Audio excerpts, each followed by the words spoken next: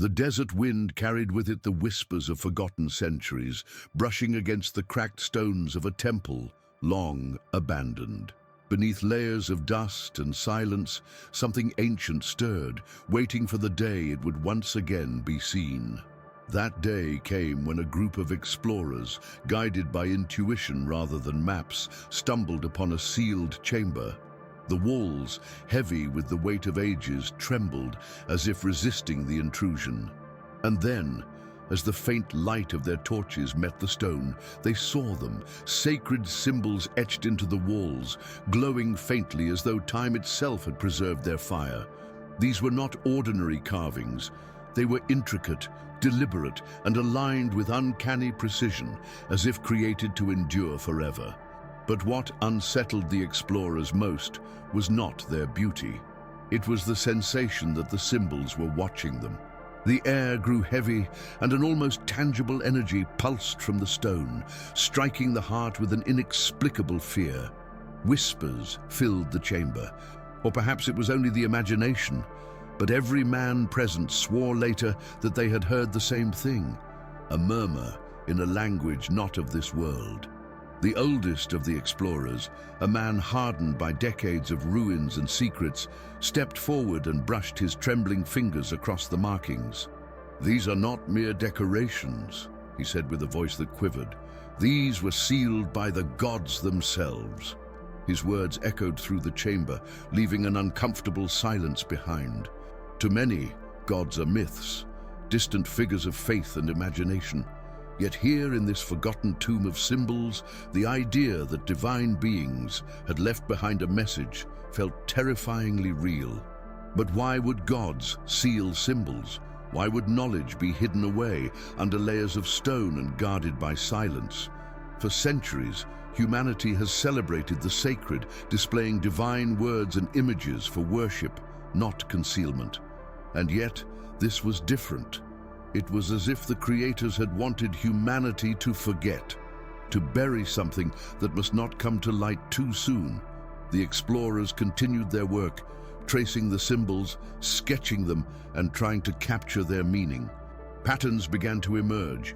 Some resembled constellations, others numbers, and still others shapes that mirrored no human creation. It was not one language, but many, woven together into a single tapestry. The chamber seemed to hold a code, a hidden order, as though it were never meant for mortal comprehension. And then came the realization that froze them where they stood. These were not messages of blessing, not prayers, not hymns. The sequences spoke of something darker, warnings perhaps of events yet to come. The explorers exchanged anxious glances, each afraid to say what they all silently felt. If these symbols were truly sealed by the gods, then opening them might not bring salvation, but a destiny far more ominous than they were prepared to face. The chamber's silence grew unbearable. The torches flickered, and in that moment, one question hung in the air like a curse. Were these symbols a guide or a warning of a dark destiny humanity could not escape? Long before our modern world of machines and satellites, there were civilizations that lived as if the sky and the earth spoke to them directly. To these ancient peoples, the gods were not distant abstractions locked away in holy texts. They were ever-present forces woven into the fabric of daily life. Every sunrise was a message, every storm a command, every star a sign. It was in this world that sacred symbols first appeared, not as art, but as contracts between mortals and the divine. Temples were built not only to worship, but to house knowledge, too dangerous to be spoken aloud. Within their chambers, stone walls became libraries, holding marks and signs that claimed to carry instructions from higher realms. Unlike alphabets meant to be read, these were designed to be felt, to resonate in the soul of the initiated. The untrained eye saw mere carvings, the chosen saw a code alive with meaning. Across cultures separated by oceans, the pattern repeated. In Egypt, priests etched symbols into granite meant to last longer than empires. In Mesopotamia, clay tablets carried impressions that scholars today still cannot fully understand.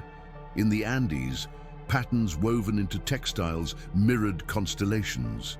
Always hidden, always encoded, as if whispering the same truth in many tongues. Scholars, centuries later, would call this coincidence.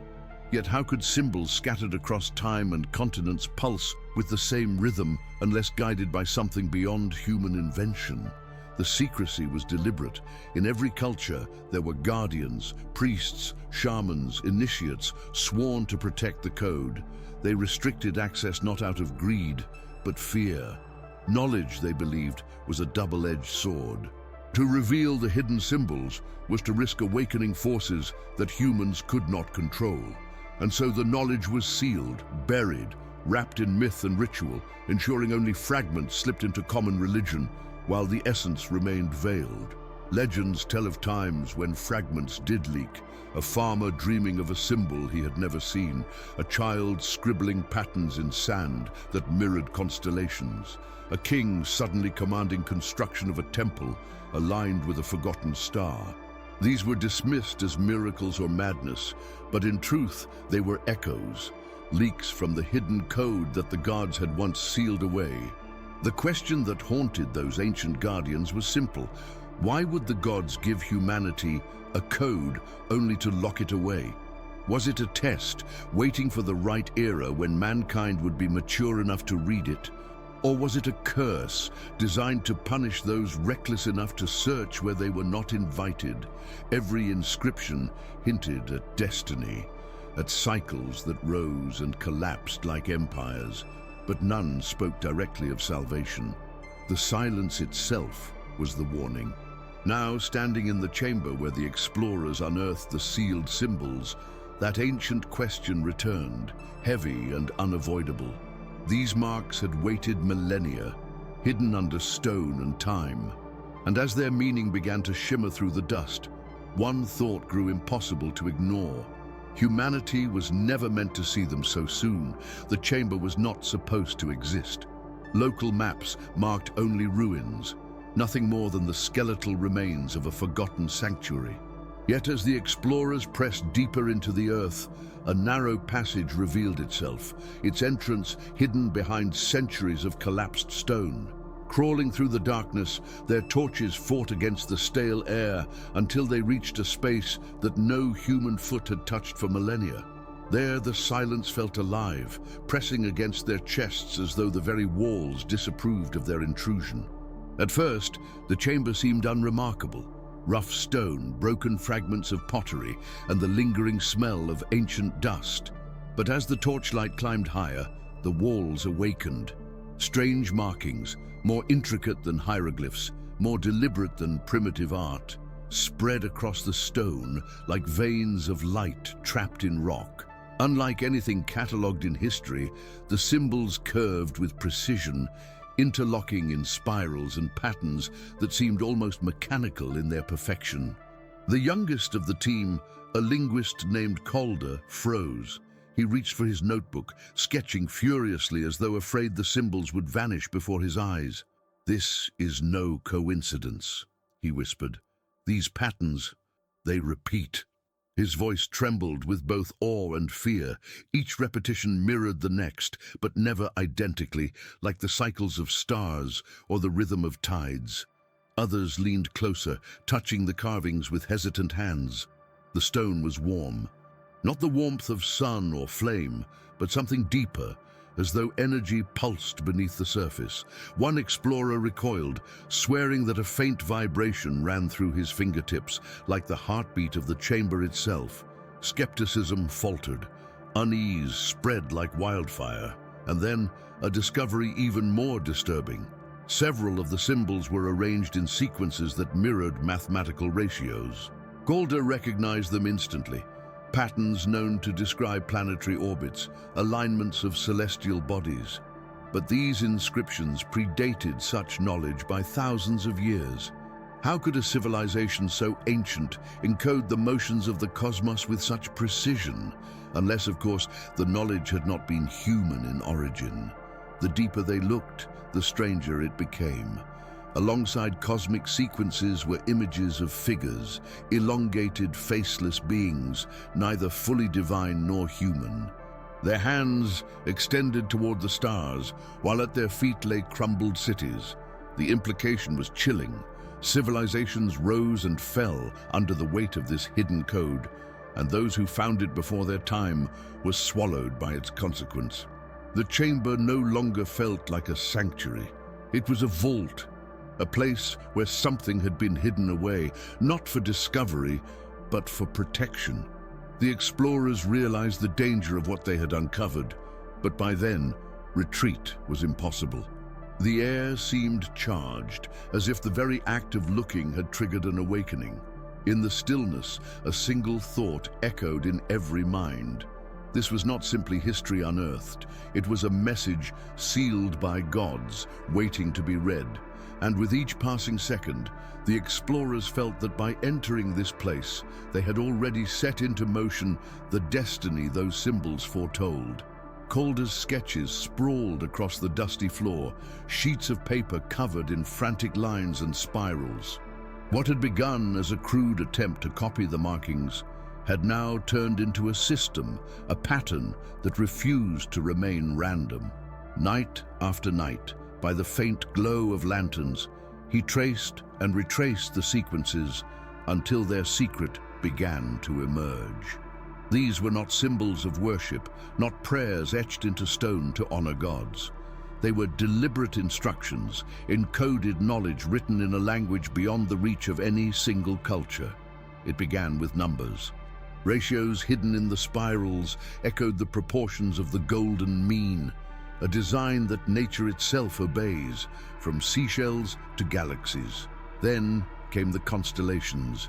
Certain groups of symbols aligned perfectly with the movement of stars across millennia, predicting eclipses and planetary conjunctions with frightening accuracy. Calder realized that whoever had created this system understood the heavens not just as distant lights, but as an operating manual for the universe. But beneath the mathematics, something darker revealed itself. The sequences did not simply track celestial bodies, they warned of cycles. Each set of symbols repeated across the walls, marked with variations that corresponded to times of upheaval. Floods, plagues, collapses of empires. It was as though the code mapped not only the stars above, but the fate of humanity below.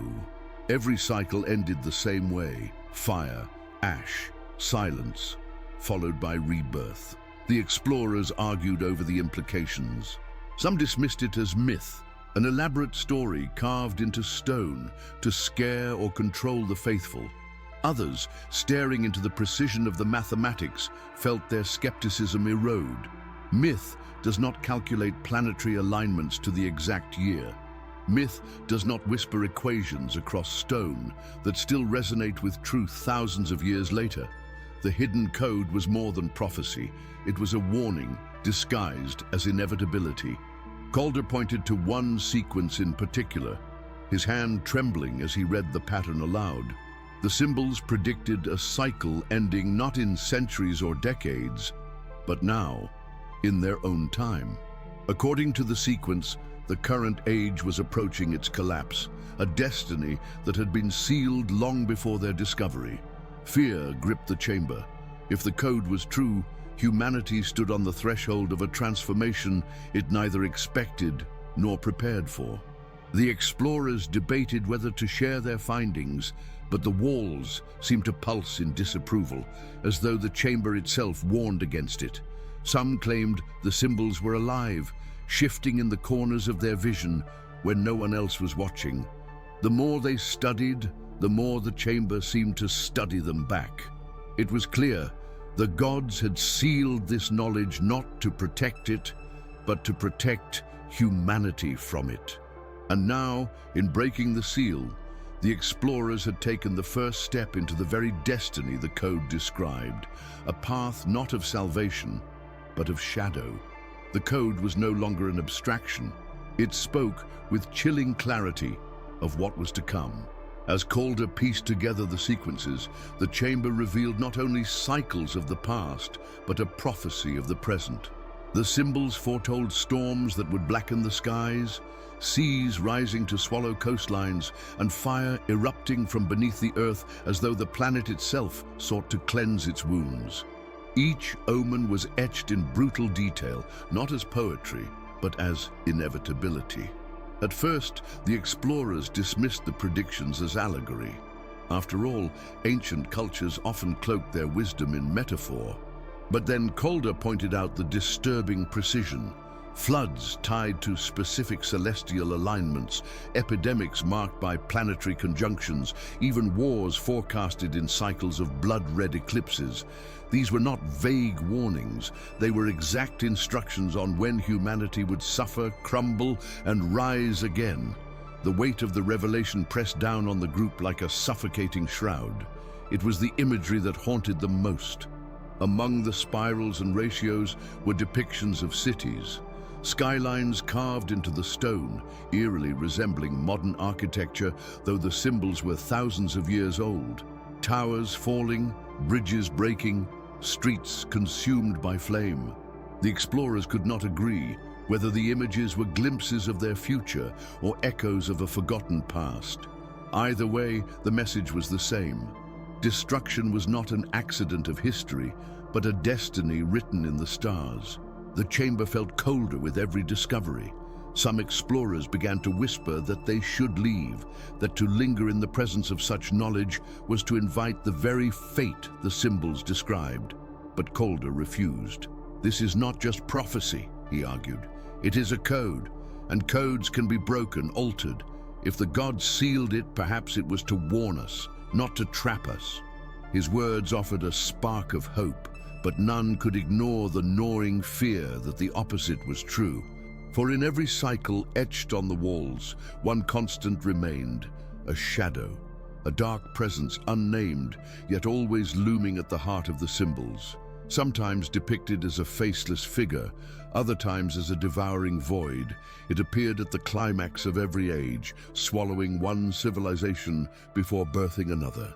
The explorers began to wonder, was this shadow a metaphor or a real force waiting to return?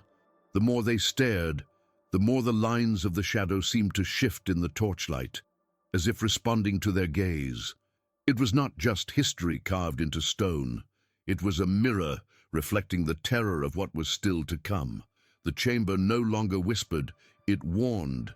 And though the explorers could not yet agree on the meaning, one truth settled into their bones.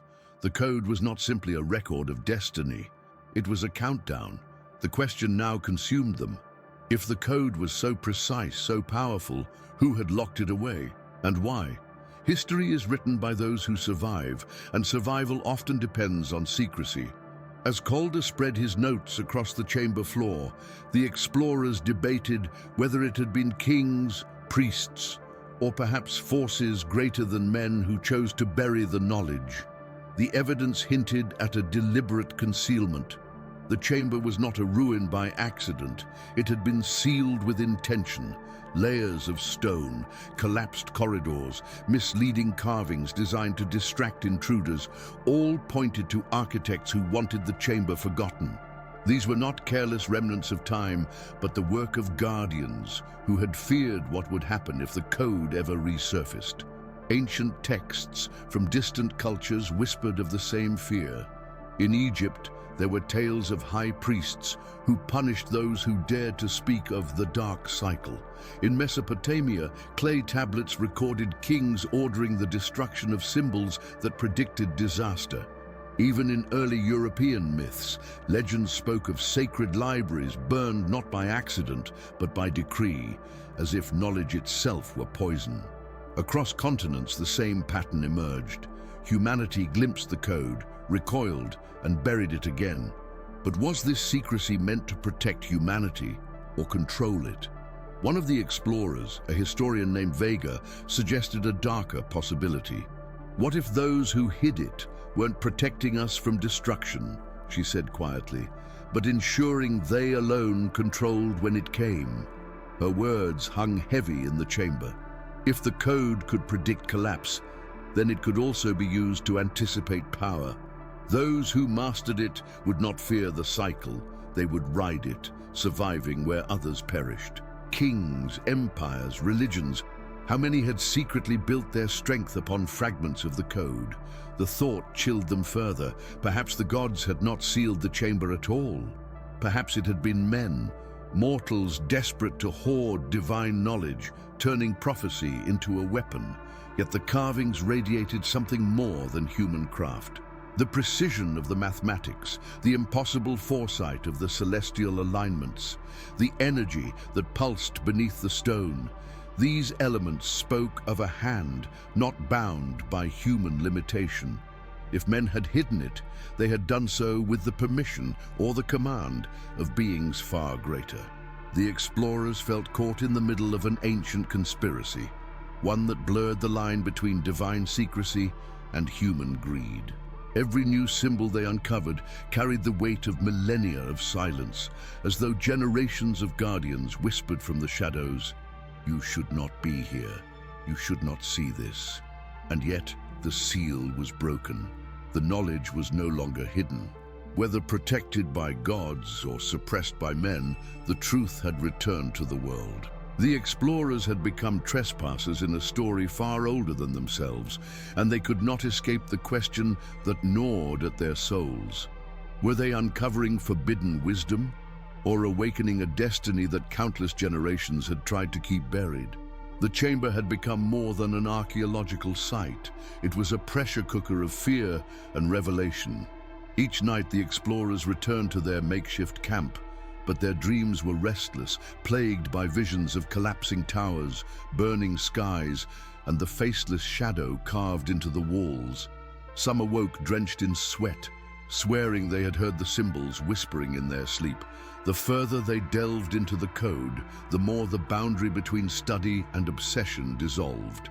Stories of curses suddenly felt less like superstition and more like warnings ignored.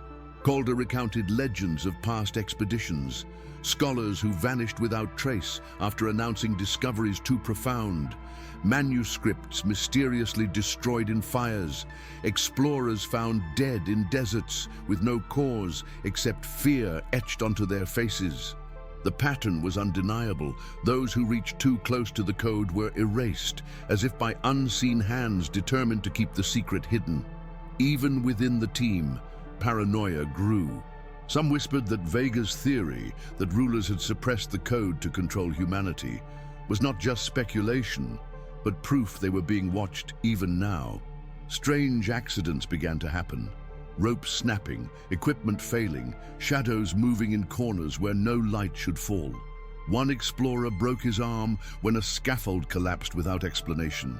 Another swore he saw a figure standing in the chamber doorway, only to find it empty a heartbeat later. The chamber itself seemed alive, responding to their intrusion. When torches flickered, the symbols appeared to shimmer, their lines shifting like liquid before settling back into stone. Once, as Calder traced a spiral on the wall, a low hum filled the chamber, vibrating through the stone until every explorer felt it in their bones. The sound stopped only when he pulled his hand away. Silence returned, heavier than before, as though the chamber had tested them and found them wanting. Fear began to divide the group.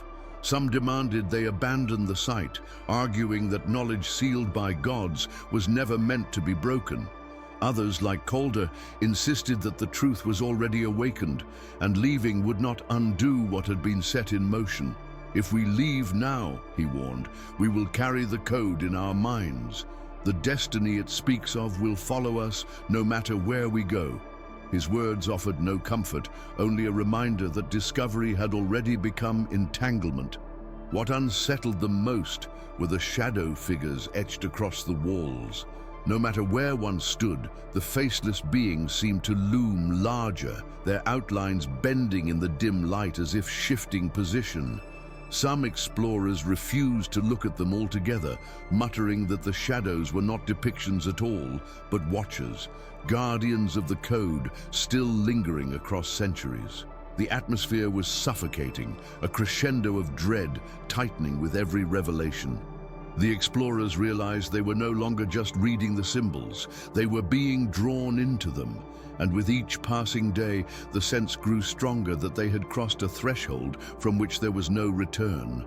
The code was no longer history. It was prophecy unfolding in real time, and they had become unwilling participants in its next chapter. The chamber had spoken in fragments, in whispers of mathematics and symbols, in omens that could be dismissed as metaphor. But now, as Calder arranged his final sketches into sequence, the truth emerged with terrifying clarity. The code was complete. Not a riddle, not a myth, but a map. It charted not only the rise and fall of civilizations, but the turning of entire ages. Humanity was not moving forward blindly. It was bound to a cycle, an endless spiral of creation and collapse sealed by divine decree. The realization struck them all at once. Every empire had thought itself eternal, yet each had crumbled in fire and silence. The code revealed why. Their destinies had been written into the fabric of the cosmos itself. Floods, wars, pestilence. These were not accidents of history, but scheduled events, inevitabilities woven into the structure of reality. And the next collapse, the symbols made clear, was imminent. The explorers had not stumbled into an archaeological marvel. They had unearthed the clockwork of existence itself. Calder's voice trembled as he read aloud the final passage. The shadow returns when the stars align in the belt of fire, when the earth groans beneath its weight, when the sky burns red. Then the chosen will rise, and the rest will fall into silence. His words echoed like a funeral hymn, and for a moment none dared to breathe. The prophecy was not distant. The stars it described matched alignments occurring in their own lifetimes. The code was speaking not of centuries to come, but of now. The walls themselves seemed to pulse with energy as the last sequence was revealed. Torches flickered violently, and a low vibration shook the floor beneath them. Some swore the shadow figures carved into the stone began to move, their faceless heads turning toward the intruders. Panic spread through the group, but Calder stood frozen, caught between awe and terror. "It's not just knowledge," he whispered. "It's a seal. We've broken it." The code's final revelation was not only of doom, but of transformation. Every collapse was followed by rebirth. Yet the rebirth was never for all, only for the few who understood the cycle, who carried the knowledge of the symbols within them. The rest were swept into oblivion, their voices silenced so that the next age could begin unburdened. The explorers realized that by discovering the code, they had crossed into the fate of the chosen, or the condemned. In that moment, the chamber felt alive with judgment. The shadow was no longer an abstract omen carved in stone. It was present, pressing against their skin, filling their lungs with dread. The air grew thick, and each of them felt the same unspoken truth. The gods had sealed this knowledge, not to prevent it from being found, but to delay its awakening until the exact moment the cycle demanded. And now, with their intrusion, the seal was broken. The dark destiny written into the code was no longer prophecy. It had begun. The chamber was silent again, but the silence no longer felt empty. It was heavy, almost suffocating, as if the walls themselves were holding their breath. The explorers had uncovered more than knowledge. They had stumbled into a mirror of existence itself, and in that mirror, they saw not just the fall of ancient empires, but the trembling reflection of their own age. For hours, they argued, but no one could dismiss the truth written into the symbols. The alignments described in the code were not myths of a distant past. They matched the movements of the stars unfolding in their own skies. Floods, plagues, unrest. Had they not already begun to creep into the headlines of their time? The explorers realized with a chill that the cycle was not approaching. It had already begun. The world above their heads was moving in lockstep with the destiny carved into stone thousands of years ago. And yet, the code spoke of more than doom. For every cycle of collapse, there came rebirth. But the rebirth was never for everyone. It was reserved for those who could see the signs, for the few who awakened before the shadow descended. That truth, more than the prophecy itself, unsettled them. It meant humanity was not a single story, but a test repeated endlessly. Some would fall into silence, others would rise into a new age. The explorers began to wonder, were they now among the chosen, or had they sealed their fate as the condemned? Calder insisted that knowledge was the dividing line. The symbols are not simply warnings, he said. They are instructions. They tell us how to endure what is coming. His eyes burned with conviction, but not all shared his hope. For some, the knowledge felt less like salvation and more like a curse, a burden too great to bear, one that would never let them see the world with innocent eyes again. What haunted them most was the possibility that others had seen these signs too. Across history, whispers of forbidden knowledge appeared in myths, religions, and secret societies. Had fragments of the code survived, guiding rulers, prophets, and visionaries through the cycles? Was humanity still being shaped by guardians of the symbols, hidden in plain sight? The thought was terrifying, that their lives, their choices, their struggles might not be free will at all, but echoes of a script written long before they were born. The explorers emerged from the chamber carrying more than sketches and notes. They carried a question that refused to let go. Was the code warning them of destruction or inviting them to transcend it? And if the shadow was already stirring in their time, what role would they play? Victims of destiny or carriers of the rebirth? The chamber's silence lingered inside them, whispering a truth they could no longer ignore. The cycle was not ancient history, it was now. And the question extended far beyond the explorers, reaching out to anyone who dared to listen. Would you recognize the signs when they came for you? The explorers left the chamber, but the chamber never truly left them. Its silence followed them into daylight, clinging like a shadow that stretched far beyond stone and sand. Each symbol they had traced, each sequence they had deciphered, echoed in their minds as if alive, whispering that the cycle had already begun. They had uncovered knowledge sealed by the gods, knowledge that spoke not only of past destruction, but of the dark destiny waiting just ahead. Yet as they walked away from the ruins, a deeper realization struck them. The chamber had not chosen them by accident. Across centuries, countless others had been kept away, by collapse, by decree, by fear. But the seal had opened in their time, to their hands, their eyes. Was it fate or a test? Perhaps the gods had waited for this moment, for this generation, for reasons that stretched beyond comprehension. The group parted ways, carrying fragments of the code into the wider world.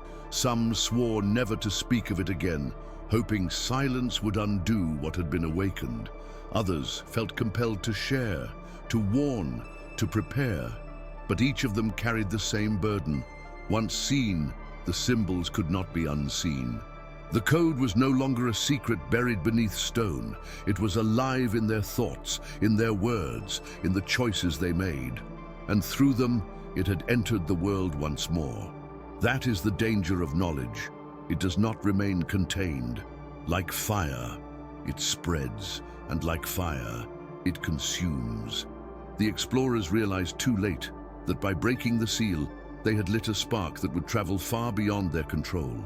If the dark destiny written in the code was already stirring, then their discovery had accelerated its approach. And so, the story of the chamber is no longer only theirs. It is yours as well. For the signs etched into stone are not bound to one time or one people. They repeat cycle after cycle until they find eyes willing to see. Look around you. Storms grow stronger, fires spread, unrest rises, shadows move closer. The question is no longer whether the code was real. The question is whether you will recognize the pattern when it unfolds in front of you. Perhaps the gods did not seal the symbols to hide them forever. Perhaps they sealed them so that when humanity was ready, or desperate enough, they would resurface. Not as a promise of salvation, but as a choice to awaken or to fall. The explorers' footsteps have faded into history, but the code remains. It waits in silence, written in stars, carved in stone, and whispered through every collapse that has ever been. The seal has been broken, the cycle has begun, and now the question is yours to answer. Do you believe the symbols carry only fear, or the key to our survival?